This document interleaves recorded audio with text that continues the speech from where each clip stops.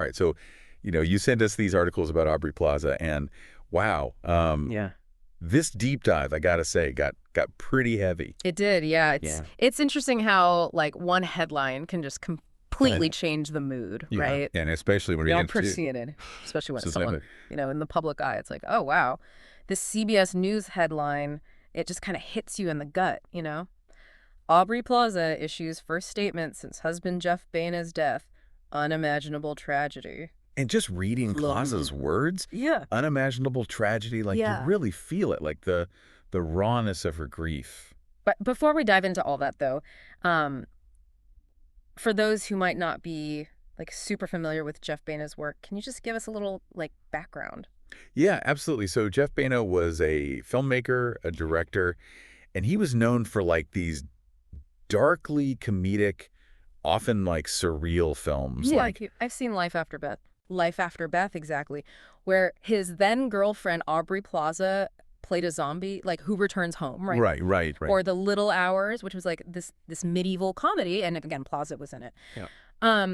And these films, they were just like quirky, smart, and really pushed the boundaries of humor. And it's interesting too because, they work together on a lot of projects. Yeah. Like, it adds this other layer to the whole thing, knowing that their personal and professional lives were so intertwined. Exactly. They weren't just like a couple. They Right. were creative partners. Yeah. And, Baena, he was known for like this very specific type of humor, like this real blend of absurdism and social satire, I see that in her work, too. You see it, right. In Yeah. Plaza's work, too, this willingness to like embrace the unconventional and push the boundaries of comedy. Yeah, totally. Yeah. And this makes their partnership and now, this loss even more like profound, And what's interesting? Her statement doesn't like mention a cause of death. Right. It's like, And that's part of the story. yeah, it makes everything feel even more like unfinished or something. Yeah, it speaks to like this phenomenon known as ambiguous loss, where like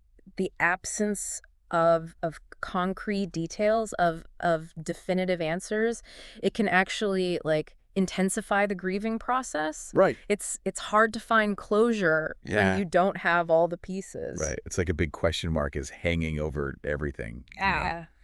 It makes me think, though, about their work together. Yeah. They're both artists putting their creative vision out there, Yeah. for everyone to see. Yeah. I mean, do you think, like, the public nature of their lives complicates the grieving process? Oh, absolutely. Yeah. I mean, their work is almost like, a public diary in a way of their Right. shared sensibility, their humor, their worldview. Right. So in a way, like everyone who appreciated their art is also Well, that's interesting. experiencing this loss. Yeah. And in some way, That's a really interesting way to look at it. But I think some people would say that like focusing on legacy Uh-huh. or like a life's work is kind of like a way to avoid the more raw, the messy emotions of grief.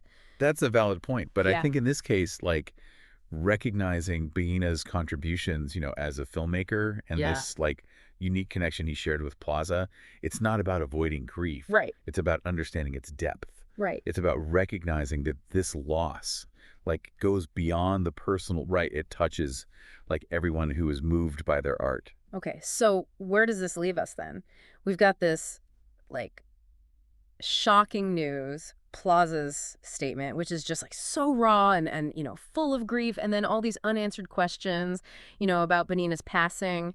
I think it leaves us contemplating, like, what truly matters, Like, how do we define a life well lived, and how do we honor the people we've lost? Especially when it's sudden and it just doesn't make sense. Right. These are questions that, kind of stay with you, I think. They really do. And maybe the answers aren't always, super clear cut, but Yeah. but like the act of asking these questions and kind of wrestling with them, that's part of it, right? Absolutely. It's about embracing the complexity of grief Yeah. and finding our own ways to make sense of loss, Yeah. even when it feels like senseless. And on that note, we'll leave you all to reflect on those questions. Yeah. Thanks for diving deep with us today. Thanks for listening. Yeah.